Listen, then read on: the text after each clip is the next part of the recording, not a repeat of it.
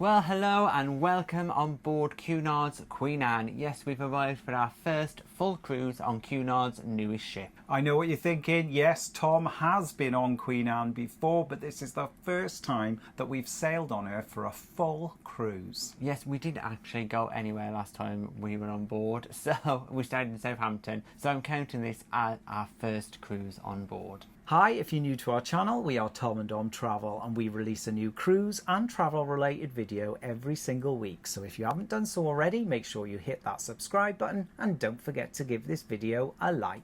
We came down to Southampton and spent 2 nights exploring some of the hidden gems of the city. Southampton has got a really interesting history, and we got to visit a number of museums and historic sites, and we were blown away by the range of activities and events that are available. We've heard so many other cruisers say Southampton isn't a good city. We thought we'd check it out for ourselves, and actually they're completely wrong. There's so much to do before or after a cruise, and even if you're doing a back-to-back. I'll put a link on screen and in the description of our experiences in Southampton, and we really do think it's a great place to have a pre or post cruise stay. Now on with the Queen Anne information. We decided to drop our suitcases off before we embarked, so about 12:30 in the afternoon we headed down to the ocean terminal where staff were on hand all ready to take our suitcases. We took them out the car, straight to the luggage belt, popped them on and back in the car, all within about 5 minutes. It took no time at all. This was the first time we've ever dropped off our suitcases early, and it was such a great experience. I think we're going to do it every single time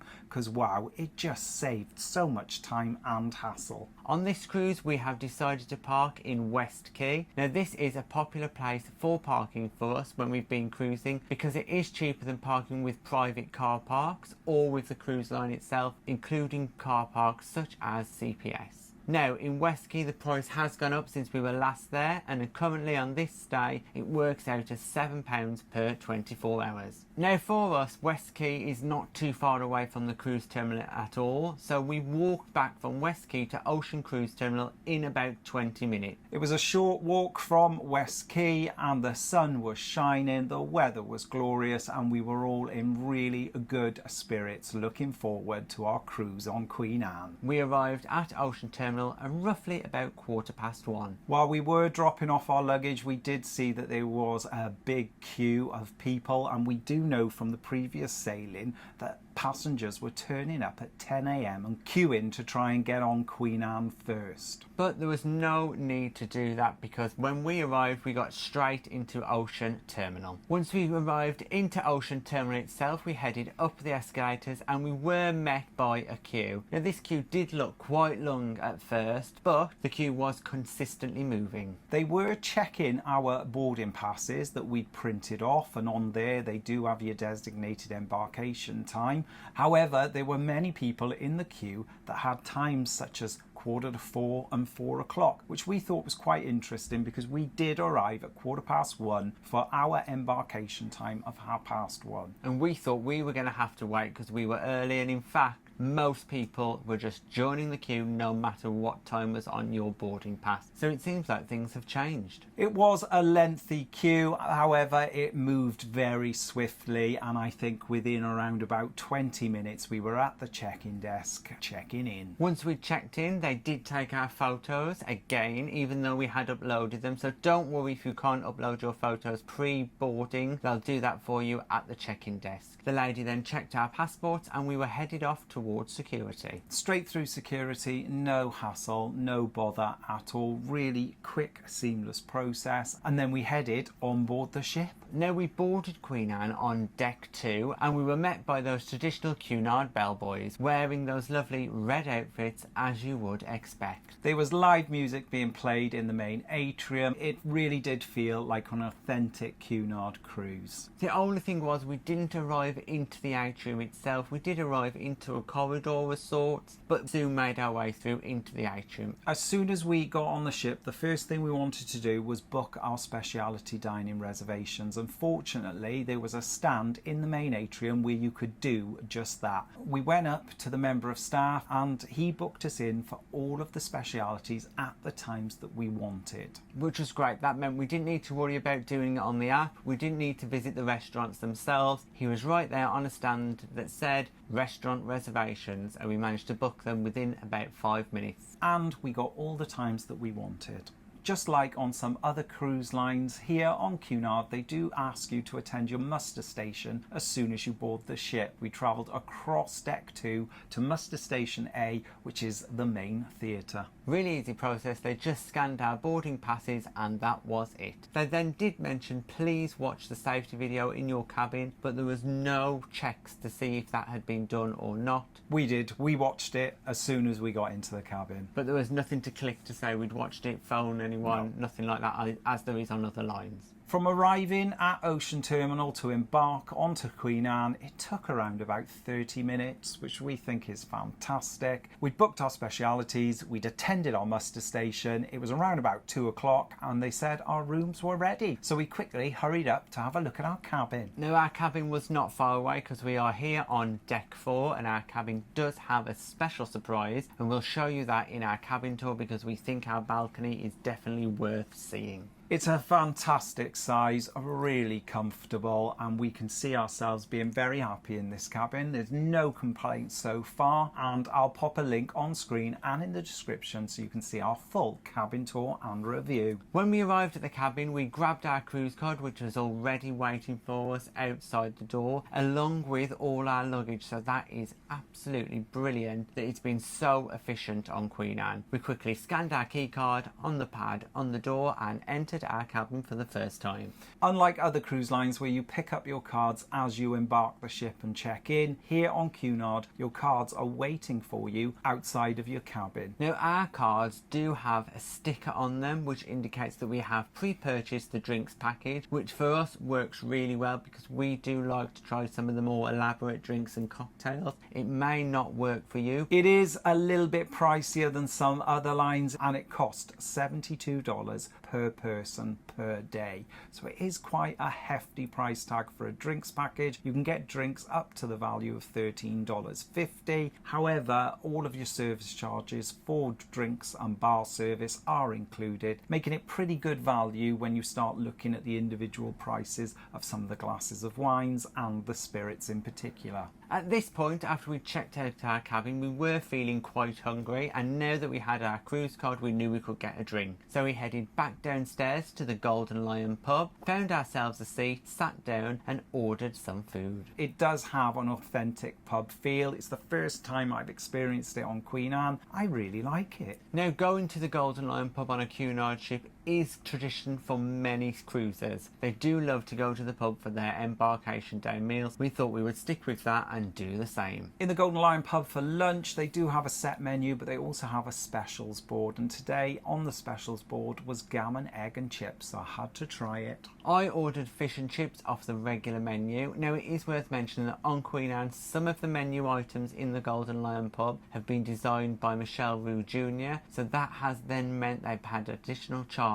added to them. We sat with Sisters on the Seas while we were having lunch, and Lizzie ordered a toasty, and that was an additional charge item. It was pretty impressive and it did ooze with cheese. However, do I think it was good value for a toasty? Possibly not, but I did have a little taste and I did enjoy it. We also ordered ourselves some drinks. Now, because we're on that drinks package, as we said, we could have cocktails. So I went for a Cosmo. And I went for the Cunard Spritz, which is a gin-based cocktail. It's got a bit of Aperol in it, and I'm not the biggest lover of Aperol. However, it was really nice. It was also presented beautifully with a cucumber garnish. I can definitely see myself have more of them during the course of this cruise. The gammon was of good quality, the egg was delicious, the fries were a little bit questionable. On the menu it did say it came with steak cut fries, but when it arrived it was just those normal thin ones. But I did enjoy it and I would have it again. Now, last time I was here at the Golden Lion on Queen Anne, I did have the fish and chips and it did prove rather controversial because of the size of the fish and the portion of the chips. Now this time it was different. The fish was bigger, but we didn't have any of those really great chips that we had last time. Instead, it was substituted for fries. We don't know why. That is what happens. Even though the Golden Lion was quite busy, the service was quick and efficient, and before we knew it, we'd got our drink, we'd had our food, and it was time to do some more exploring. One venue I've been looking forward to trying, and that is the Sky Bar up on deck 14. And as the weather was beautiful in Southampton for October, we decided to go and sit up outside. Now, the Sky Bar, like Dom said, is located on deck 14 and looks out towards the Pavilion pool and that retractable roof that Queen Anne has. Sky Bar, they do have a select number of cocktails, and we once again went for another cocktail. I had a Zara ginger, and it came with a whole slice of ginger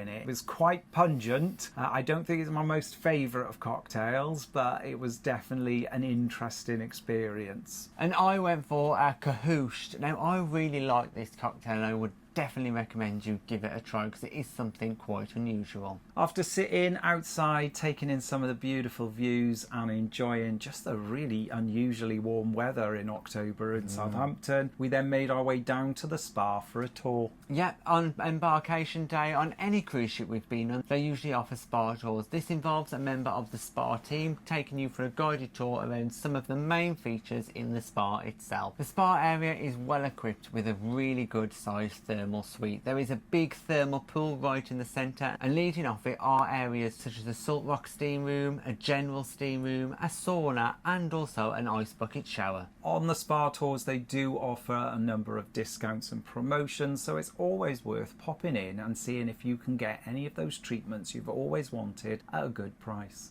Located as part of the spa, there is also a gym on board and a hair salon. We then continued on our exploration of Queen Anne. We had a quick look in the Bright Light Society. Now, this hosts a number of interactive shows during the course of your cruise. One is called Noir and the other is called Fizz. Now, pre-booking is highly advisable. You can only do this once you get on the ship. There are 2 shows nightly and they do fill up very quickly. We managed to book using the Cunard app there and then, and we're fortunate enough because now it's fully booked for the rest of the week. Yeah, it books up very quickly. So we recommend on embarkation day, book those Bright Light seats. After the pre-bookable shows in the Bright Lights, it does become the late night venue, and I envision that we'll be in there a fair few nights this week. We then made our way up to the Pavilion pool area to have a little look. There was a free table there, so we sat down and grabbed ourselves a drink. Again, service has been incredible. No issues, no problems at all. And before we knew it, we had a couple of lovely drinks in the Pavilion. The Pavilion area is the indoor pool area on Queen Anne. It has a retractable roof, which means that it is a fantastic place to sit whatever the weather. There are lots of facilities, including several bars. There is a wellness cafe, a place where you can get chargeable ice cream, and also not forgetting that poolside grill. I'm sure we'll be visiting there a few times during this cruise. It's a great space on the ship. It's got a number of hot tubs as well, and while we were in there was a live band playing, just adding to the atmosphere and the excitement of embarkation day. It was in here in the Pavilion where we met lots of people who recognised us, so if you did come over and chat to us, lovely to meet you. And also we met some people who we've cruised with before in the past, so hello to you. Once we'd finished our drink, it was fast approaching our designated dine-in time. Now, here on embarkation day, they've given us a set time of 8 p.m. Even though prior to cruising we did select Freedom Dine-in, I think they've allocated everybody a set time on embarkation day to try and keep the queues down and allow the staff in the restaurants and the chefs to manage the demand. Now, usually for us, if you've watched our vlogs before, you see that we tend to go around 7 p.m. So today it's a little bit later for us, but it does mean on embarkation day it gives us time to get ready. So we headed up to our cabin on deck 4, where we quickly got changed, had a shower, put on our semi-smart clothes because today is not a formal night, but we did decide to wear a shirt and some chinos. We are dining in the Britannia dining room, but before we headed there we decided to go to the Commodore Club, where we met Sisters on the Seas and we had a little pre-dinner drink. This is a beautiful venue right at the top of the ship. It's surrounded by panoramic windows giving great views of the ocean. It's got a nice relaxed feel, and while we were in there, the band that was playing in the pavilion earlier were doing a set in there as well. It's lovely entertainment, definitely a relaxed feeling though. We think it's got the most sophisticated feel. Perfect setting for a pre-dinner drink on Cunard. We ordered some drinks, and what also came was some little nibbles, some crisps and some nuts for the table, which is a nice little touch that we haven't really seen on many other cruise lines. After we finished our drinks in the Commodore Club, we decided to head down to the Britannia Restaurant for dinner. When we arrived at the Britannia Restaurant, we were met with two different queues, which was quite strange because one said walk-ups, the other said reservations or virtual queue, which is quite strange because everyone had been given a set time, so no one knew quite what queue to go in. Well, we thought, let's divide and conquer. So the Sisters of the Sea stayed in one queue, we stayed in the walk-up queue, and then we ended up getting in there first. After a little wait, we were then led through the restaurant all the way at the other end and were seated at a table for 4. We do really like the look of the Britannia Restaurant, and we felt it was quite comfortable to sit in, although it did feel very chaotic. There were a lot of people walking around. Even though the restaurant was a little bit busy and chaotic with waiters and people walking in all different directions, there were a large number of free tables, and we did think to ourselves, hang on, why is the queue so big outside? We were fortunate that we did manage to get seated around about 8:20. However, some people did have to wait a little bit longer. Here on Cunard, the menu tends to be 5 courses. Now you can choose to go for all 5, or you can choose as many courses as you like.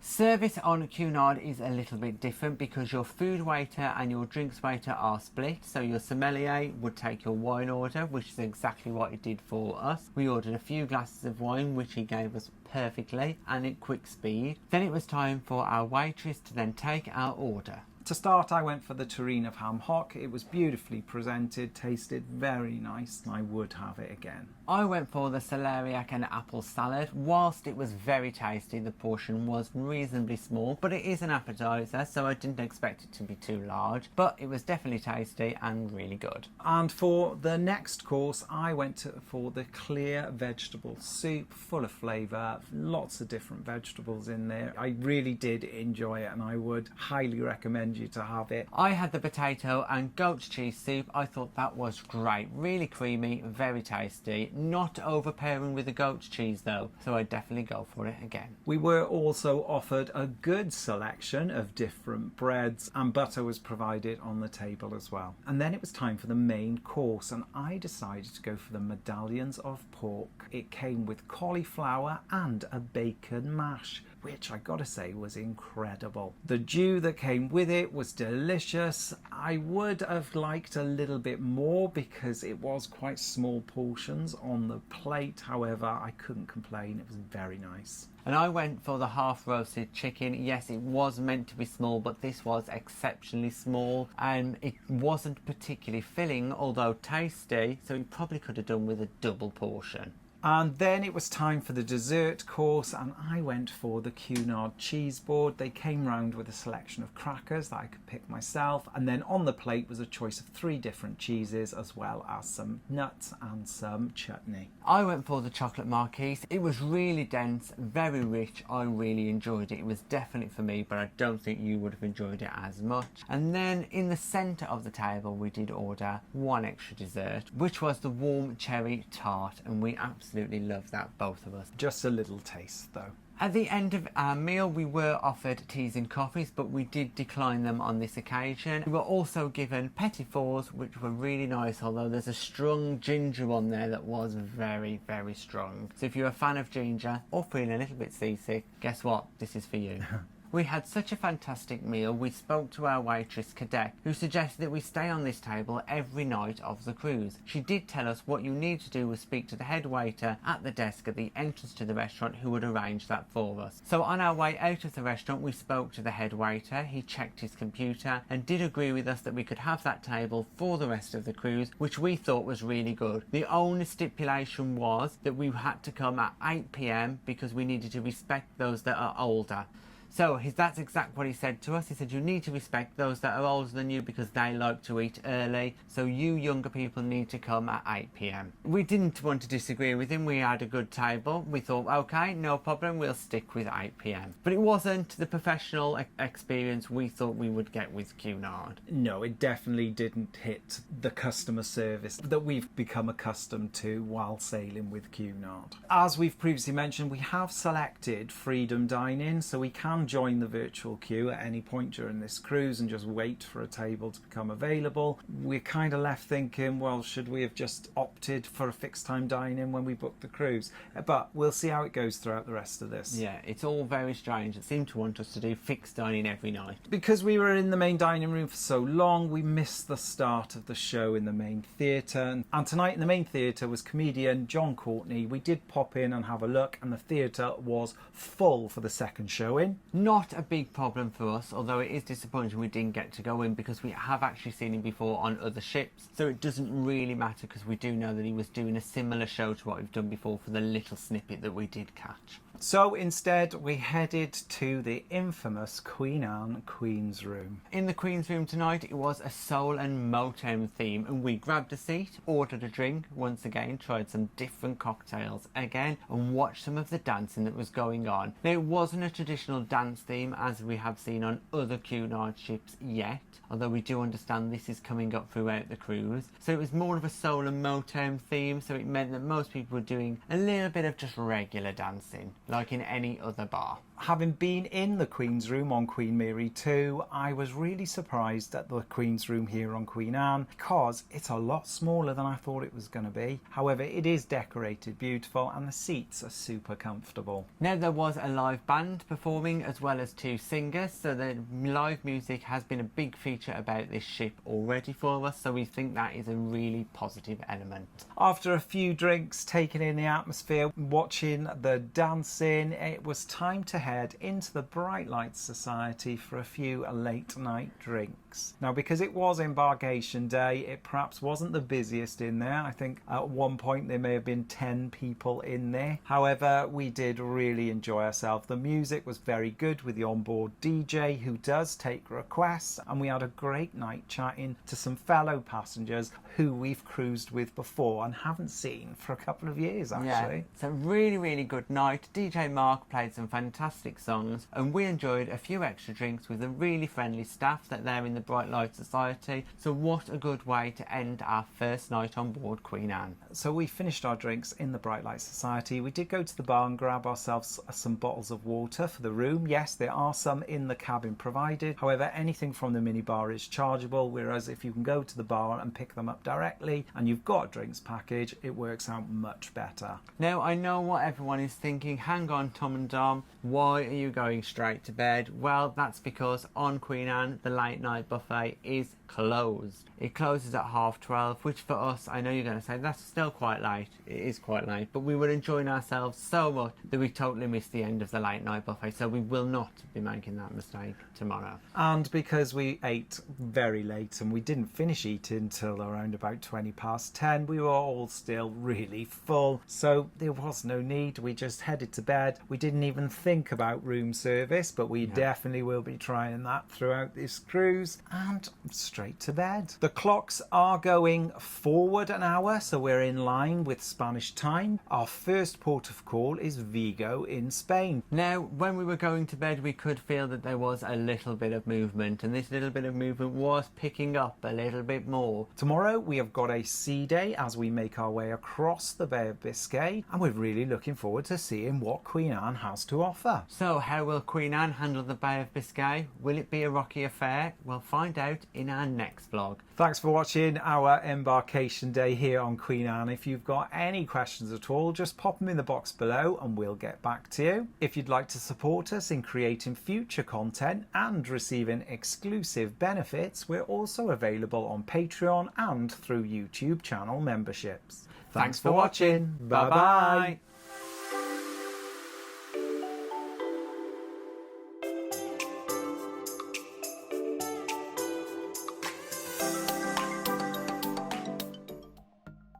Thanks for watching. We've got lots more content available on our YouTube channel, so press that subscribe button. If you're interested in receiving daily updates, we're available on most social media platforms. Just search for Tom and Dom Travel.